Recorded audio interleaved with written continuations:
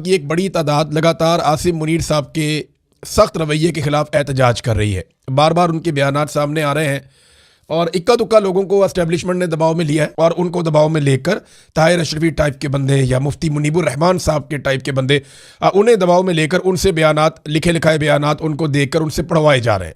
लेकिन जो उलमा इकराम है, अहले तशी, चाहे वो मुलाकात में शामिल थे, चाहे उन्होंने मुलाकात का हाल सुना है, वो अब एहतजाज कर रहे हैं और उनके बयान सामने आ रहे हैं। दो बयान सिर्फ मैं आपके सामने रख देता हूँ, बहुत सारे हैं, दर्जनों है, ये दर्जनों बयान आते हैं। और जो भी मौलवी इस मौके के ऊपर डंडी मारेगा, दो नंबरी करेगा, तो अवाम उसको याद रखेगी कि ये जब हक बात करने का वक्त आया था तो ये कहाँ खड़ा था।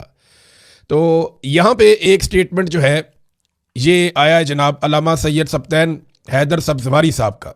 वो ये कहते हैं कि आसिम मुनीर, आप एक मुतनाज़ आर्मी चीफ हैं, आपकी हरकतों ने सारी फ़ौज को मुतनाज़ बना दिया है। आप कौन होते हैं हमें ईरान भेजने वाले? हम इस मुल्क के खालिक हैं।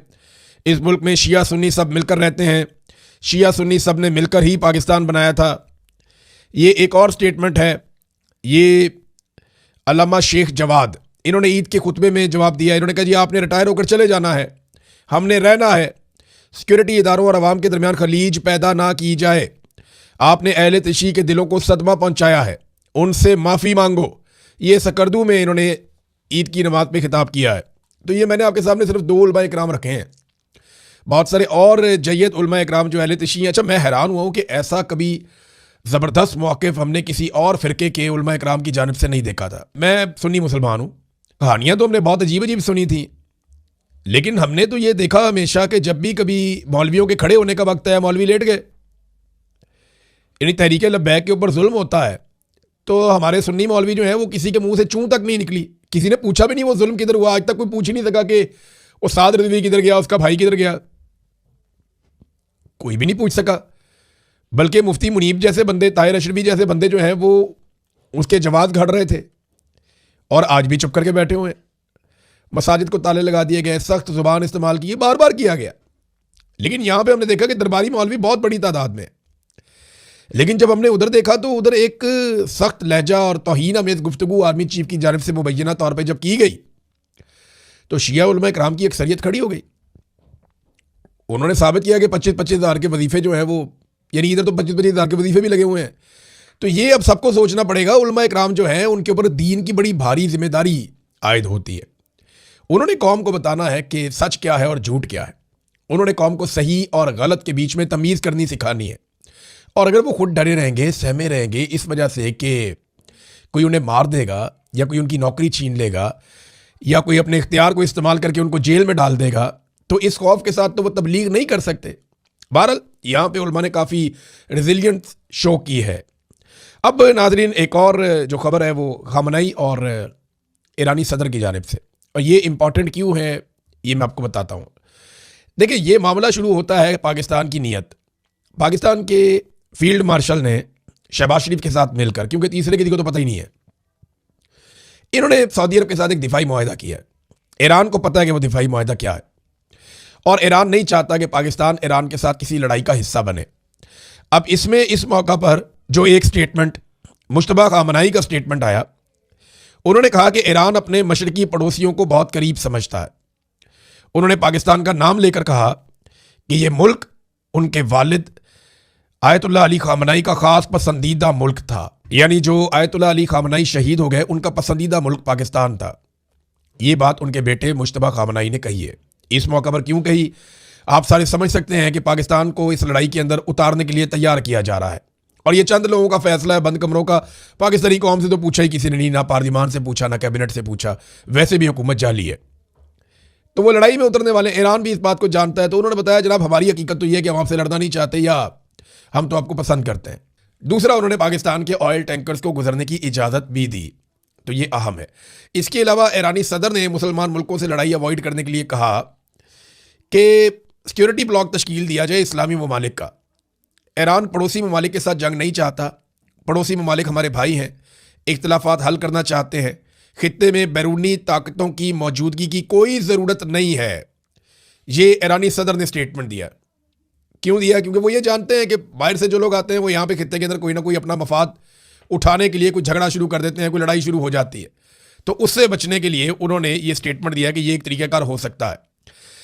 अब ईरानी दबाव इतना ज़्यादा अमेरिका पे बढ़ गया है और अमेरिका के लिए सूरत हाल इतनी मुश्किल हो गई है कि उन्होंने ईरानी तेल की तरसील पर जो पाबंदी लगाई हुई थी 90 की दहाई से, उसे उठाने का फैसला कर लिया है। मिसाल के तौर पे ये एक रिपोर्ट आई है हमारे पास। इस रिपोर्ट के मुताबिक ईरान को इजाज़त दी जा रही है कि उसका जो लाखों बैरल तेल मौजूद है समंदर में, वो उस तेल को सप्लाई कर सकता है। इससे पहले ईरान को कभी इसकी इजाज़त नहीं दी गई थी। तो अब ईरान को ये परमिशन दी जा रही है कि आप अपना तेल सप्लाई कर सकते हैं। लाखों बैरल तेल ईरानी जो है वो उसको फ़रोख्त आप कर सकते हैं, दुनिया को दे सकते हैं, ताकि जो तेल की कीमतें आलमी सतह पे बढ़ रही हैं उन्हें कुछ कंट्रोल किया जा सके। और ये डोनाल्ड ट्रंप के ऊपर लगातार दबाव है। जैसे ही तेल की कीमत बढ़ती है, डोनाल्ड ट्रंप को पूरी दुनिया से जो है वो मुसीबत बढ़ जाती है। पूरी दुनिया डोनाल्ड ट्रंप के खिलाफ हो जाती है। तो ट्रंप के लिए मुश्किलात बढ़ती हैं इस सूरत हाल में। अब ये एक अमरीकी केपलर इंस्टीट्यूट है, उसकी एक रिपोर्ट आई है कि अगर ईरान 1 महीने के अंदर अपना ये तेल बेचता है, 1 महीने के लिए अभी उन्होंने फिलहाल पाबंदी उठाई है, अगर ये तेल ईरान बेचता है तो ईरान 8.7 अरब अमरीकी डॉलर कमा सकता है। अब ये बहुत ठीक ठाक पैसा है। पाकिस्तानी 1 अरब डॉलर के लिए जो है वो कहाँ कहाँ जाते हैं, कितने चक्कर लगाते हैं, किस किस को मिलते हैं, क्या क्या बात करते हैं। कई कई चक्कर लगाने और मिन्नतें करने के बाद आपको रोल ओवर मिलता है 1 अरब डॉलर का, 2 अरब डॉलर का। टोटल लड़ाई आपने लड़नी है तो आपने सऊदी अरब को कहा कि हमें उधार दे दे, पैसा सिर्फ हमारे अकाउंट में रख दे, कितना 5 अरब डॉलर, और ईरान को 8.7 अरब डॉलर। यानी ईरान को तो जंग का भी फायदा हो गया। जब आप एक पोजीशन लेते हैं, आप एक कौम की तरह रहते हैं, तो आपको फायदा होता है। पाकिस्तान की हालत यह है कि इस वक्त जो नई रिपोर्ट आई है, उस रिपोर्ट के मुताबिक पाकिस्तान में सरमायाकारी जुलाई से लेकर फरवरी तक 33% कम हो गई है। हम तो किसी जंग में भी नहीं है, हम किसी लड़ाई में भी नहीं है, हमारा कोई और मामला भी नहीं है, लेकिन पाकिस्तान में हालात इन्होंने ऐसे कर दिए हैं कि हमारी जो सरमायाकारी पाकिस्तान में आती है, एक तो 50 साल का रिकॉर्ड पहले ही टूटा हुआ है। ये 33% सरमायाकारी जुलाई से लेकर फरवरी तक मजीद पाकिस्तान में कम हो गई है। ये जनाब पाकिस्तान की इन्होंने हालत की है। ट्रंप ने इस मौके पर नेटो को भी एक धमकी लगाई है। ये धमकी बहुत इंपॉर्टेंट है। ये आप देखिए, क्योंकि डोनाल्ड ट्रंप को नजर आ रहा है कि नेटो ट्रंप की मदद नहीं कर रहा और ईरान के हमायती और सपोर्टर उसके साथ खड़े हैं। रशिया ने साफ ऐलान किया, प्यूटन ने कहा जी कि बगैर किसी शर्त के, यानी गैर मशरूत तौर पे हम ईरान के साथ हैं और हम ईरान के साथ खड़े हैं। अब ये रशियन स्टेटमेंट ईरान को बहुत ताकत देता है और ये नजर आ रहा है सारी दुनिया को कि रशिया किस लेवल की सपोर्ट ईरान को कर रहा है। तो ट्रंप ने जो धमकी लगाई है वो देख लें। उन्होंने कहा जी अगर हमारे नाम नेहाद नेटो के इत्तेहादी आपने हुर्मुज़ को खुलवाने में हमारी मदद नहीं करते, हालांकि वो ये कर सकते हैं, उनके लिए बहुत आसान है, बड़ी तेज़ी से हो जाएगा और बड़ा महफूज रहेगा, वो ये कर सकते हैं, लेकिन वो हमारे साथ ये करने में मदद नहीं करते। तो डोनाल्ड ट्रंप ने आगे ये बताया कि अब जबकि जंग बड़ी हद तक जीत ली गई है तो मैं तो जंग से निकल जाऊंगा, यानी वो ये कह रहे हैं। तो मुझे अपनी कौमी सलामती के लिए ग्रीनलैंड को महफूज बनाने के अज़म की दोबारा तस्दीक करनी पड़ सकती है, यानी मैं ग्रीनलैंड पे कब्जा कर लूंगा। दोबारा नेटो को धमकी लगा दी। डोनाल्ड ट्रंप ने पहले भी कहा था, तो यूरोप इकट्ठा हो गया था कि हम ग्रीनलैंड के ऊपर कब्जा कर लेंगे। तो फौजी ताकत से वो कब्जा तो कर सकता है, सस्टेन करना बड़ा मुश्किल है और यूरोप के साथ ताल्लुकात बिगाड़ के कोई अमेरिका अपना फ़ायदा तो नहीं करेगा, लेकिन उसने फिर धमकी लगा दी है। मैं उम्मीद करता हूं कि बात वहां तक ना पहुंचे, लेकिन देखते हैं कि अब गेंद यूरोप के कोर्ट में है। हमने कई दहाइयों तक नेटो को फंड किया है और बदले में कुछ हासिल नहीं किया। क्यों नहीं किया? इराक से सारा पैसा अमेरिकी कंपनियां कमा के ले गई, मिडल ईस्ट से सारा पैसा अमेरिकी कंपनियां कमा के ले गई, अफगानिस्तान से सारे मादनियात अमेरिकी उठाकर ले गए, ये अब वेनेजुएला के सारे मादनियात और सारी चीज़ें अमेरिका के कंट्रोल में है। तो जहाँ जहाँ पे भी लड़ाई हुई है, या आप लीबिया चले जाएं, वहाँ पे कौन सी कंपनियाँ हैं, कौन काम कर रहा है, फ्रंटमैन कौन है, बैक पे कौन है, सारी दुनिया जानती है। तो नेटो की लड़ाइयों में अमेरिकन कंपनियों ने बेशुमार पैसा कमाया है। ये एक अलग बात है कि पैसा भी अमेरिका ने लगाया, लेकिन ज़्यादा पैसा कमाया उन्होंने कहा जी कि अब वक्त आ गया है कि हमें किसी ना किसी तरीके से इसका बदला दे यूरोप, जो हमने पैसा लगाया। मैंने अपने पहले दौरे हुकूमत में अपनी फ़ौज को बहुत मजबूत बनाया, अब दुनिया की वो सबसे ताकतवर फ़ौज है और मैं उसे अमेरिका और दुनिया की सलामती को यकीनी बनाने के लिए अपनी पूरी ताकत के साथ इस्तेमाल करूंगा और जिस तरह मैं मुनासिब समझूंगा उस तरह इस्तेमाल करूंगा। आपकी तवज्जो का शुक्रिया। ये डोनाल्ड ट्रंप ने यूरोप को और अमेरिका को अब तक की सबसे बड़ी धमकी लगा दी है कि जनाब मैं वहाँ पे अब हमला करने आ रहा हूँ, बच सकते हो तो बच जाओ। अच्छा, पाकिस्तान की तो सरमायाकारी बेशक बहुत तबाह बर्बाद हो गई है। तो पाकिस्तान का वज़ीर आज़म एक खिताब किया शहबाज शरीफ ने और कौम को कहा क्या? अब अंदाज़ा करें, खिताब वज़ीर आज़म का 105 बंदे सुन रहे थे। शहबाज शरीफ की अपनी टीम, फील्ड मार्शल की अपनी टीम, इतलात की टीम अलहदा, मरीम नवाज़ की टीम अलहदा, ये सारे रल के 105 भी नहीं बनते। सिर्फ 105 बंदे ऑनलाइन शहबाज शरीफ को सुन रहे थे। ये हालात है शहबाज शरीफ के। और इसको मुसल्लत किया पाकिस्तान की फौजी एस्टेब्लिशमेंट ने लाकर पाकिस्तान की आवाम के ऊपर, जिसको 105 बंदा नहीं सुनता। कितने बड़े मुल्क में? 25 करोड़ से जायद के मुल्क में। इमरान खान की झलक दिखाओ तो आपको पता चलेगा कि कितने लाख या कितने करोड़ लोग इमरान खान को सिर्फ देखने के लिए इंटरनेट के ऊपर आते हैं, हर प्लेटफॉर्म के ऊपर आते हैं। एक झलक। यहां पाकिस्तान के अंदर वजीर आजम उसको बनाया गया जिसको 105 बंदे सुन रहे थे, और वो कहते हैं जी सादगी अपनाएं और सादगी को अपना ओढ़ना बिछौना बनाए। तो भाईजान अपनी भतीजी को कहना सी ना, खुद जहाज ले रहे हैं 11-11 अरब के और अवाम को कह रहे हैं कि सादगी अपनाओ। खुद नए से नए सूट पहन के सारा टब्बर दे के पूरी दुनिया की सैरे, और पाकिस्तानी अवाम जो है सादगी अपनाए। खुद वजीर आजम हाउस और ऐवान सदर के बजट और वजीर आला हाउस के बजट बढ़ा के आसमान पे पहुंचा दिए हैं। अवाम को कह रहे हैं सादगी अपनाओ। खुद निकलते हैं तो 40-40 गाड़ियों के काफिले और अवाम को कह रहे हैं कि सादगी अपनाओ। अपना इलाज दुनिया के महंगे तरीन मुल्कों में और अवाम को कह रहे हैं कि सादगी अपनाओ। जब जाते हैं तो स्पेशल तैयारा लेकर जाते हैं एयरफोर्स का, दुनिया के महंगे तरीन होटलों में ठहरते हैं, रिश्तेदारों को और मुलाजमों को साथ ले जाते हैं और अवाम को कहते हैं सादगी अपनाओ।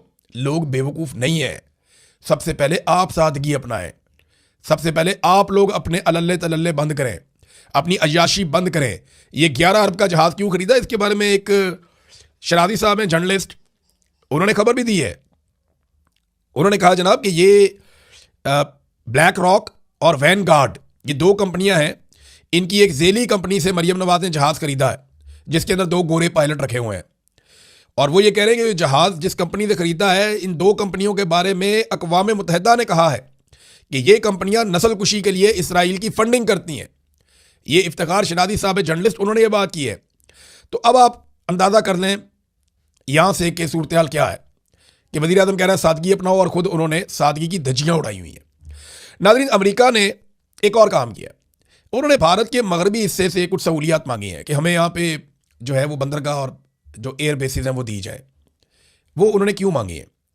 ये भारतीय जो जर्नलिस्ट हैं वो ये बता रहे हैं कि अमेरिका और भारत के बीच में एक मुआहदा हुआ था 2016 में, LEMOA, इसे कहते हैं logistics exchange memorandum of agreement. ये 2016 में हुआ था। इसके तहत वो एक दूसरे को फैसिलिटेट कर सकते हैं, लेकिन इसमें ये कहीं नहीं है कि आप अड्डे ही दे दें। लेकिन अमेरिका भारत से अड्डे मांग रहा है मगरबी एरियाज़ में। अच्छा याद रखिएगा, मगरबी एरियाज़ वो है जो पाकिस्तान की सरहद के साथ लगते हैं। अमेरिकन अगर भारत के अंदर आ जाते हैं पाकिस्तान की सरहद के साथ, तो यहाँ से वो अगर ईरान पे अटैक करेंगे तो पाकिस्तान की फ़िज़ाई और ज़मीनी हदूद को भी इस्तेमाल कर सकते हैं या समुद्री हदूद को भी इस्तेमाल कर सकते हैं। तो पाकिस्तान के लिए यहाँ पे भी एक बड़ा चैलेंज पैदा हो जाएगा। पाकिस्तान को इससे पहले अपना कोई फैसला करना पड़ेगा। ये एक और रिपोर्ट आई है मिडल ईस्ट आई की। मिडल ईस्ट आई की रिपोर्ट ये बताती है कि सऊदी अरब और UAE, इन्होंने अब ये फैसला कर लिया है कि अमेरिका को बाकायदा एलानिया अड्डे दे दिए जाएंगे। किंग फहद एयरबेस के बारे में बात की जा रही है कि यह अमेरिकी फ़ौज के लिए ओपन कर दिया जाएगा। और UAE ने यह भी कह दिया है कि 9 महीने तक ये जंग मजीद चल सकती है।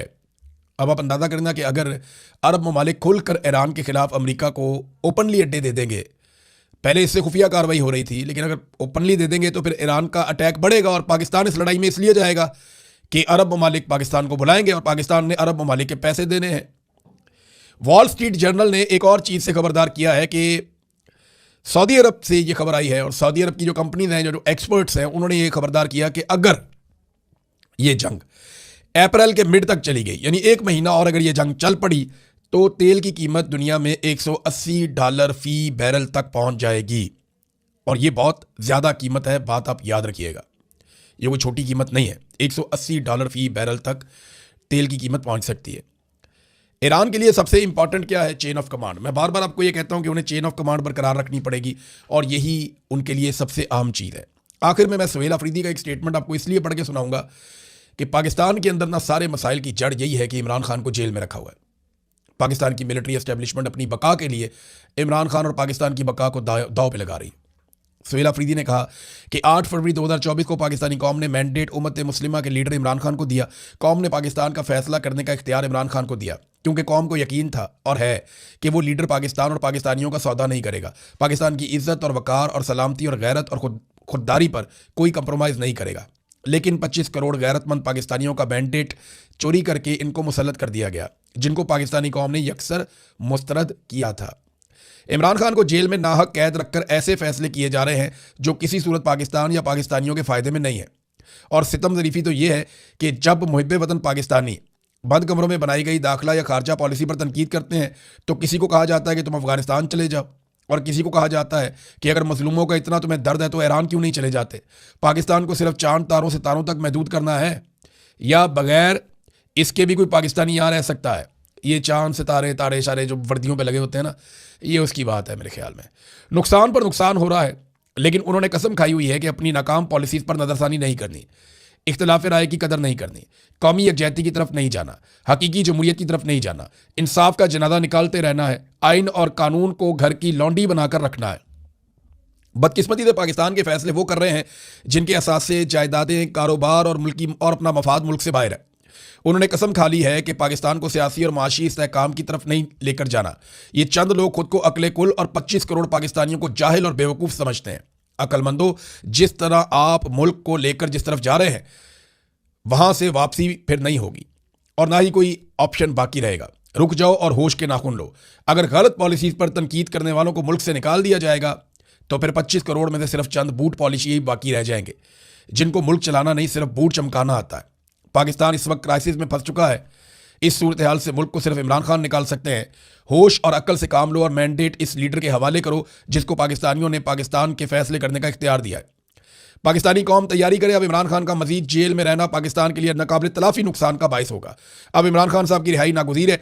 इसके लिए हर पाकिस्तानी को अपना किरदार अदा करना होगा क्योंकि ये पाकिस्तान, पाकिस्तानियों और आने वाली नस्लों की बका का सवाल है। देखिए, तहरीक तो चलने वाली है और ये कोशिश तो करेंगे, एस्टेब्लिशमेंट कोशिश करेगी दरार डालने की, लड़ाई करवाने की, और तहरीक ना बन पाए नौजवानों की ख़ास तौर पे। और सुहेल अफरीदी और उनकी टीम, जो मेरे पास इंफॉर्मेशन है, ये कोशिश करेंगे बहुत बड़ी तादाद में नौजवानों को इकट्ठा करने की। देखते हैं कामयाब कौन होता है। ईद के बाद नया राउंड शुरू होने वाला है। अब तक लिए इतनी, अपना ख्याल रखिएगा, अपने चैनल का भी। अल्लाह हाफ़िज़।